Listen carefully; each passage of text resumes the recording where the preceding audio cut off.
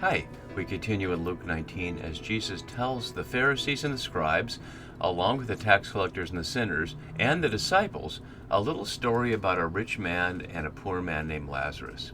And as we look at this story, which is perhaps familiar to you, looking at it more closely in detail and seeing it in the context that we've been looking at, both in terms of the travel narrative, as you can see on the right side of the screen, and also in terms of the unit from 15:1 to 17:10 that we've been looking at, and in addition to the parallels between this and the story of the father and the two sons in chapter 15, should really help us hear what Luke's trying to accomplish in having Jesus tell this story here. So as we begin, we note in terms of narrative context that it just continues what Jesus was saying in verse 18. The narrator doesn't interrupt, it doesn't say it's a parable, and there's certainly no change of audience or time. He's just continuing to talk.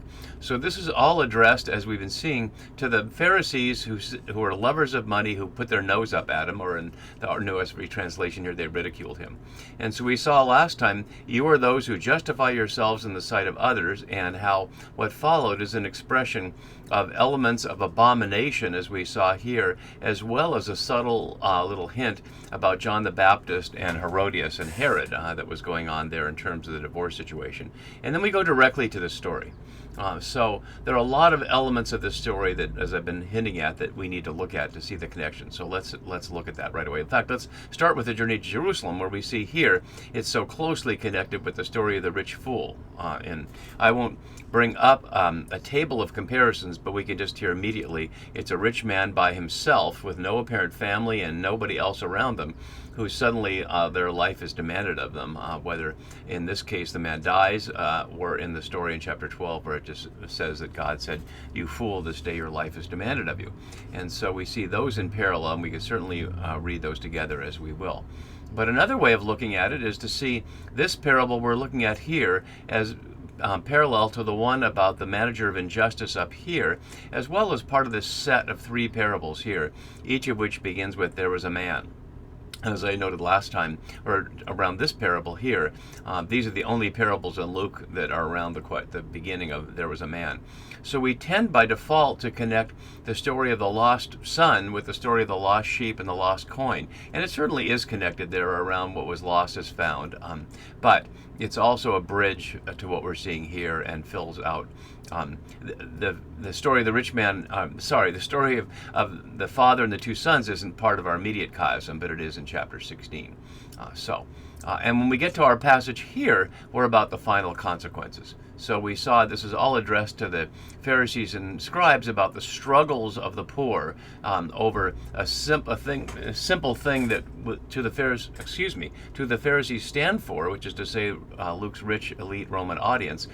You can't imagine having a celebration over a mere lost sheep or a mere single coin. But that glimpse into the lives of the poor woman and the poor shepherd really highlight how their lives are so different. And here we come to the opposite end, someone who's dressed in purple and fine linen and feasts sumptuously every day. And yet he's going to find himself in the flames. So that's what we'll have to look at as we go.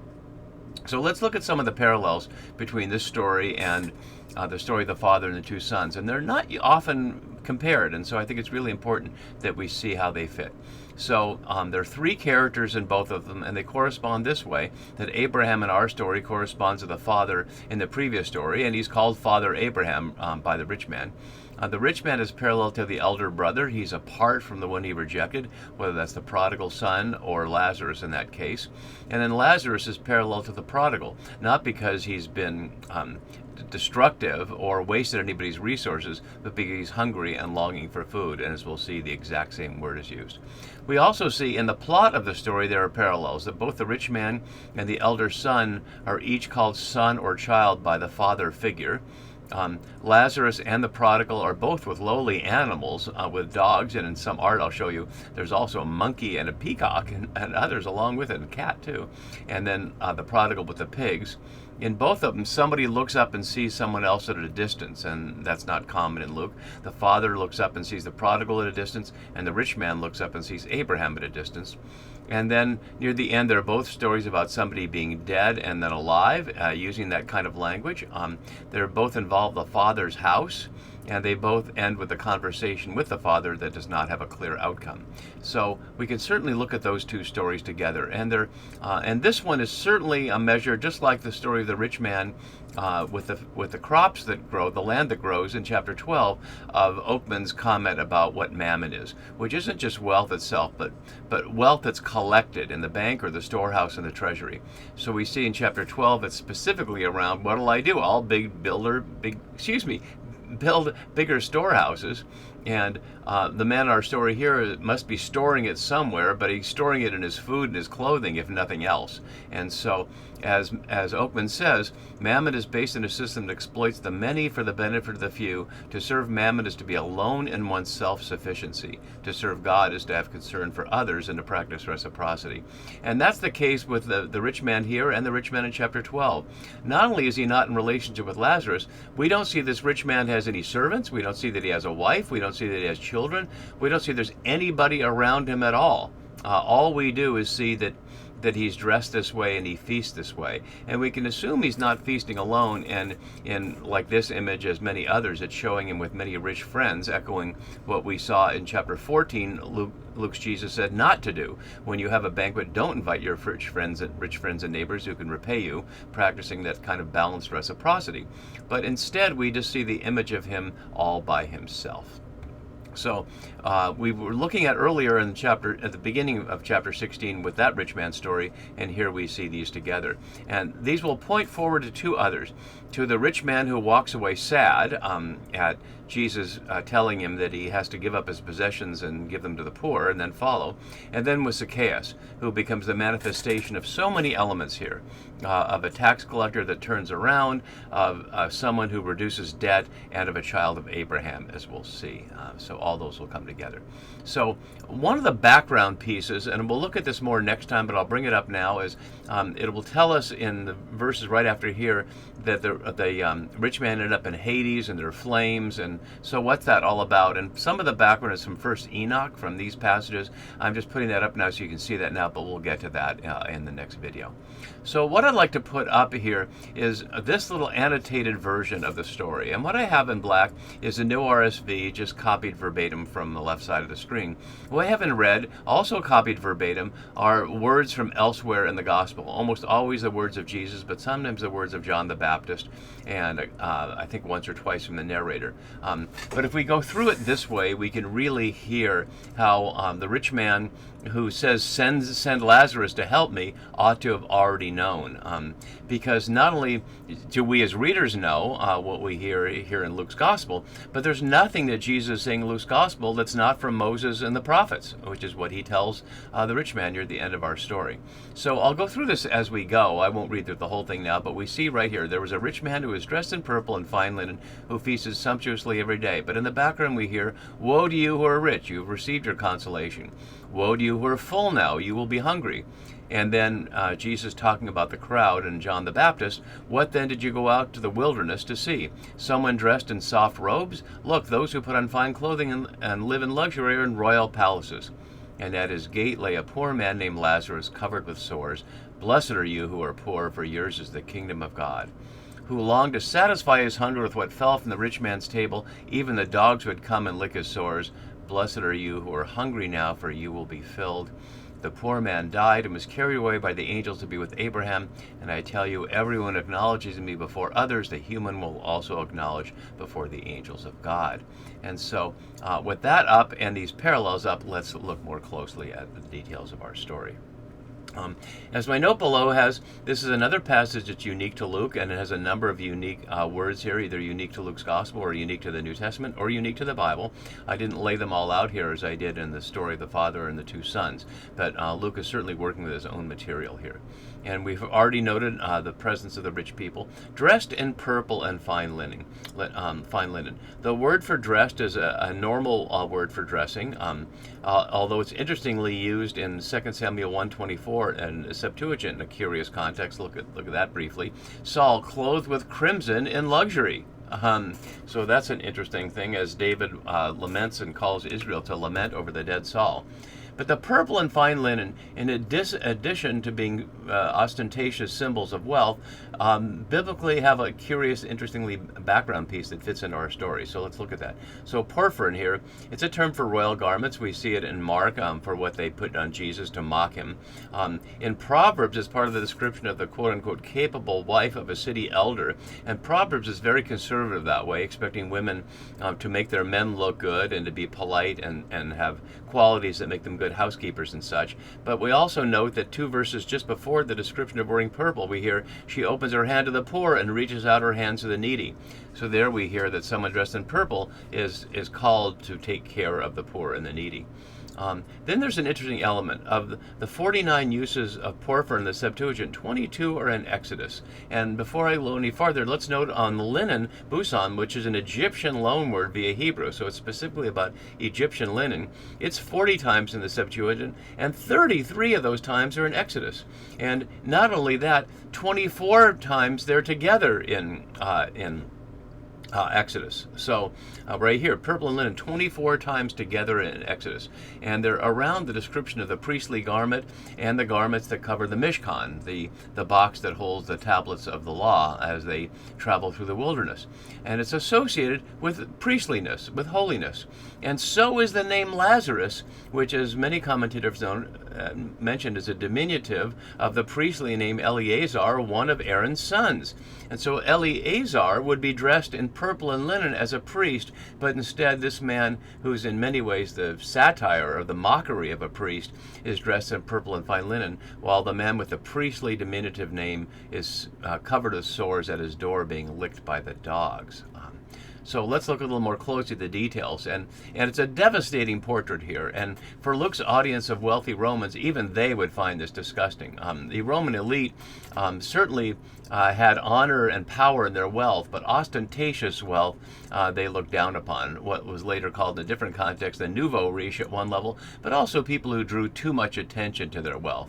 It's something like we see nowadays with bespoke t-shirts that cost thousands of dollars that have nothing written on them at all, but those who know. So feasted sumptuously, the word here for feasted, euphrenommenos, is exactly what we saw in 1523, the feast for the returning prodigal. So what was a once-in-a-lifetime celebration, even by a rich person there, come kill a fatted calf, is what this man does every day. The word for sumptuously, lampros, can be translated ostentatiously, but it's related to the verb lampo, meaning to shine. So some have suggested the rich man's feast is radiant. So he has this glorious feast in his purple and linen every single day. And as Bailey notes, it also implies he doesn't keep the Sabbath or allow his slaves a day of rest. And Jesus has been accused of violating the Sabbath, but he violated the Sabbath to heal people, not so that he could continue his sumptuous feast, apparently by himself. Somebody's got to be doing the work to serve all this, but Luke leaves it alone, so we just see the picture of the rich man, despite the artistic images with everybody else. And at his gate, the word for gate, polona, here is only here in Luke. It's 4 times in Acts for ordinary gates. As Herzog notes, it's the place where the servants throw the garbage, so we could see Lazarus as dumpstering or dumpster diving, as we might say, as Catholic workers often do, to get things that are perfectly good, but beneath the dignity of a store to sell or people to spend cash money on. And so he lay there, ebeplato, literally thrown down, whether by fate or by the forces. And as Herzog notes, one of the purposes of the parable is to disclose some of those forces. And it connects us again back to the poor people at the beginning of chapter 15, the one who lost the sheep, the one sheep, and the woman who lost her coin. So here is a poor man, petokos, used in the Septuagint to refer to the Anawim, which is the Hebrew word for the holy poor people. As Herzog notes, the city, he's speaking generically of cities here, was overrun with the excess sons of the poor and with forcibly displaced peasant farmers. Lazarus may be that, but we don't know much about him, and he never speaks in the story. So here's the name, and as Fitzmyer noted decades ago, he's the only named character in any parable, not just in Luke, but in any of the Gospels. And scholars have had some fun with that. I'm suggesting it's connected to Eleazar around the purple and linen, but others, Yoder has suggested that it's connected with Abraham's servant Eleazar, who's mentioned in Genesis 15, plus the character of Job as the model. That's not been followed much, and I think it's reaching, but you can decide for yourself. and he's described as covered with sores, all one word here, akalmenos, so covered with sores. We don't know what the cause of those sores is, but it's visible. The point is that his suffering is visible. He's lying there and he's covered with sores. And not only that, he longed to satisfy his hunger. Epithumon, which is a word for deep longing, as my note below has from the Theological Dictionary of the New Testament, can denote desire, especially for food or sex. But the whole phrase here, epithumon kortisthenai, means long to be filled or to be satisfied. The exact same phrase for the prodigal in 15:16. So they're in the same situation. But as my own note below has, note the causal contrast between the prodigal son and Lazarus. One longs because of the personal sin, which is to say the prodigal son's squandering of the resources, and the other because of social sin, which is to say the rich man's paying no attention to them. So they're both victims of squandering, one of his own and one of somebody else's. And of course, satisfying his hunger here suggests the hunger for food, but as Trainer suggests, it could be a broader hunger, including for dignity and respect, as the poor often suffer. And with what fell from the rich man's table could mean pieces of pita bread that were used by the rich as napkins. Notice we heard the falling just a few verses earlier, that the letters of the law would not fall. So food can fall and crumbs can fall from the rich man's table. This suggests that Lazarus is adjacent somehow to the rich man's table, although he was said to be at the gate. We don't hear what side of the gate. He certainly couldn't be inside the gate. There's got to be somebody who would keep someone like that out. Would you allow a poor person like that inside your front gate just to sit there? If you let them in, you think you might take care of them, and if you're not going to take care of them, you think you wouldn't let them in. So it's a little unclear, the location here, but perhaps you can just see it there in the symposium form, that we picture this whole scene, that the Pharisees and the scribes are inside and the tax collectors and the sinners are watching from the outside, and listening from the outside, much like Lazarus is doing here. The rich man's table, which is trapezes, which is also the word for a bank, as in Jesus overturning the tables in the temple. And sometimes the word trapeza is simply translated as bank. It's the table for the money changers and others. It could take place in the Jerusalem temple, but also in the temples of some of the gods and goddesses of the neighboring peoples as well. It's the only solo table in Luke. All the other tables involve table fellowship, the 7 meals in the gospel and the one in Emmaus at the end. So even the dogs, and different translators and interpreters have interpreted this different ways. Older people saw it as an insult. So Marshall translates the alakai as "and worse than all." But Bailey, writing a little bit later, noted "but" as in, "but the wild guard dogs are kind to him." And as Trainer notes, from an earth perspective, he sees it as an act of healing, that Lazarus and the dogs find solidarity with each other. And others have also noted that dog saliva can be healing. So even though a cultural context might find it disgusting to be down there on the ground with the scavenging dogs, at the level of Lazarus, I think we're supposed to hear this as, when the rich man ignored him, at least the dogs would pay attention to the man who was suffering. And we'll go one more verse today and then set it up for next time. So as Herzog notes, this verse leaves 2 matters unresolved, which we'll look at next time: the fate of Lazarus' body and the fate of the rich man's soul, if soul is the right term. And I'll say in advance, because if it's a soul, why would flames affect him, and why would he want water? But we'll look at that next time. And notice the contrast that we see here. The poor man, who we know his name is Lazarus, but described as the poor man, died, and no question there, no controversy there, and was carried away by the angels to be with Abraham. And as my note below says, an utterly unexpected outcome from a biblical perspective, but fitting with rabbinical teaching.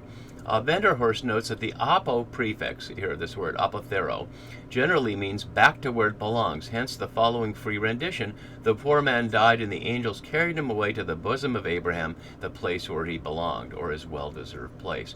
And the New RSV terribly hides this for reasons I can't understand at all. Carried away by the angels to be with Abraham, and I note what I was saying in the annotated piece here about acknowledgement for the angels, to be with Abraham, but into the bosom of Abraham. And here again it's in his bosom. Why would you just say with when it's at the bosom? At the bosom is 2 elements. It's a matter of intimacy, and it's the place of the prime location at a banquet. Hence we see the so-called beloved disciple in John 13 at the bosom of Jesus, just as we hear in the prologue of John that the Word made flesh is at the bosom of God. And so in a similar way, Lazarus is in the bosom of Abraham, and that becomes a song, Rock My Soul in the Bosom of Abraham, but this is the only place that it is anywhere in the Bible. And interestingly, there's no God here, there's no Jesus here, there's no angels here. Carried away by the angels, but he's not with the angels, he's with Abraham. And we've seen Abraham a number of times, but he's going to be key here as we'll go on. As Herzog notes, it reversing the expectation that, quote, social class was an indicator of divine blessing or honorable status. And he goes on, if the scribes are wrong about this matter, could they be trusted to interpret the Torah and other matters? And that sets up what we'll see, that apparently the rich man has gotten bad biblical interpretation because he wants Lazarus to come down and teach his brothers how to read Torah, but that's not what's going to happen. And then after that description of the poor man being carried away in the bosom of Abraham, we just hear flatly, the rich man died and was buried. As my note below has about as stark a contrast as possible. The rich man has an unceremonious departure, while Lazarus is hand-carried into a place of great honor. And you'd like to think that someone who dressed in purple and linen and dined so sumptuously every day would have a spectacular funeral. But we don't hear where it is, simply that he was buried, like Ananias and Sapphira in Acts of the Apostles. So what will happen to these people after their death? Come back next time and we'll see. Bye-bye.